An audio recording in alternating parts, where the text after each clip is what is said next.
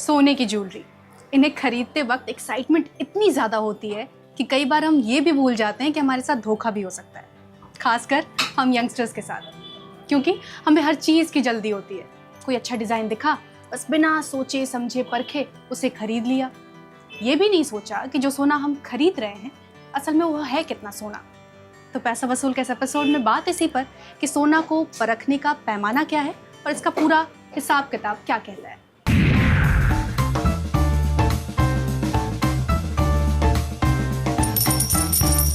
तो अगर कोई ज्वेलर आपसे ये कह रहा है कि वो आपको 24 कैरेट गोल्ड की ज्वेलरी दे रहा है, तो वो ना केवल आपसे झूठ बोल रहा है बल्कि आपको बेवकूफ़ भी बना रहा है।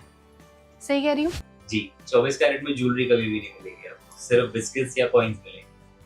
ज्वेलरी का स्टैंडर्ड्स 22 कैरेट और 18 कैरेट में होता है एंड डायमंड ज्वेलरी के 14 कैरेट। 24 कैरेट सोना ना गोल्ड का प्योरेस्ट फॉर्म होता है और इसका टेक्सचर इतना सॉफ्ट होता है कि अमूमन इससे गहने नहीं बनाए जाते। गहने बनाए जाते हैं 22 कैरेट गोल्ड से और इसमें इस्तेमाल होता है 91.6% सोना। बाकी गहने को मजबूत और टिकाऊ बनाने के लिए इसमें इस्तेमाल होता है चांदी, जिंक, तांबा या कैडमियम।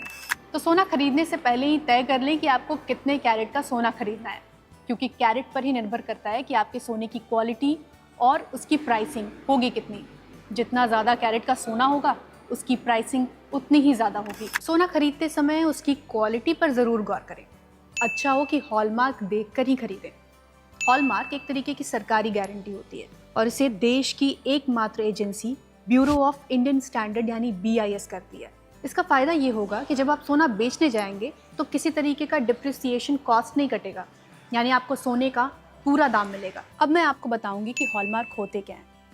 तो उपभोक्ता मामलों के मंत्रालय के मुताबिक गोल्ड ज्वेलरी पर BIS हॉलमार्क में 3 सिंबल होते हैं। पहला है BIS स्टैंडर्ड मार्क, ये ट्रायंगुलर शेप का होता है। इस लोगो की स्टैम्प दिखाती है कि इस ज्वेलरी की प्योरिटी BIS सर्टिफाइड सेंटर पर चेक हुई है। दूसरा है प्योरिटी या फिटनेस ग्रेड, ये बताता है कि आपकी गोल्ड ज्वेलरी है कितनी प्योर और इसी प्योरिटी के हिसाब से आपकी गोल्ड ज्वेलरी की कीमत तय होती है। मसलन आपने 22 कैरेट का गोल्ड खरीदा है तो वो 18 कैरेट के गोल्ड ज्वेलरी की तुलना में उसकी प्राइसिंग कम होगी। वजह यह है कि 22 कैरेट गोल्ड ज्वेलरी में 91.6% गोल्ड होता है, जबकि 18 कैरेट की गोल्ड ज्वेलरी में 75%। और हॉलमार्क गोल्ड ज्वेलरी पर तीसरा साइन होता है HUID कोड का, जो कि 6 डिजिट का होता है। HUID यानी कि hallmark unique identification number. Customer इस कोड को BIS केयर ऐप के जरिए वेरीफाई कर सकते हैं। अब बात है इसकी कीमत कैसे तय करें। तो कैरेट गोल्ड का मतलब होता है 1/24% गोल्ड। मसलन अगर 24 कैरेट गोल्ड की कीमत 72,000 रुपये प्रति 10 ग्राम है तो 22 कैरेट सोने का दाम हुआ 72,000 गुना 22/24 यानी 66,000 रुपये।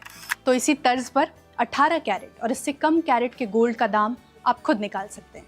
अब बात गोल्ड ज्वेलरी की कीमत की, तो इसमें 3 चीज़ें शामिल होती हैं।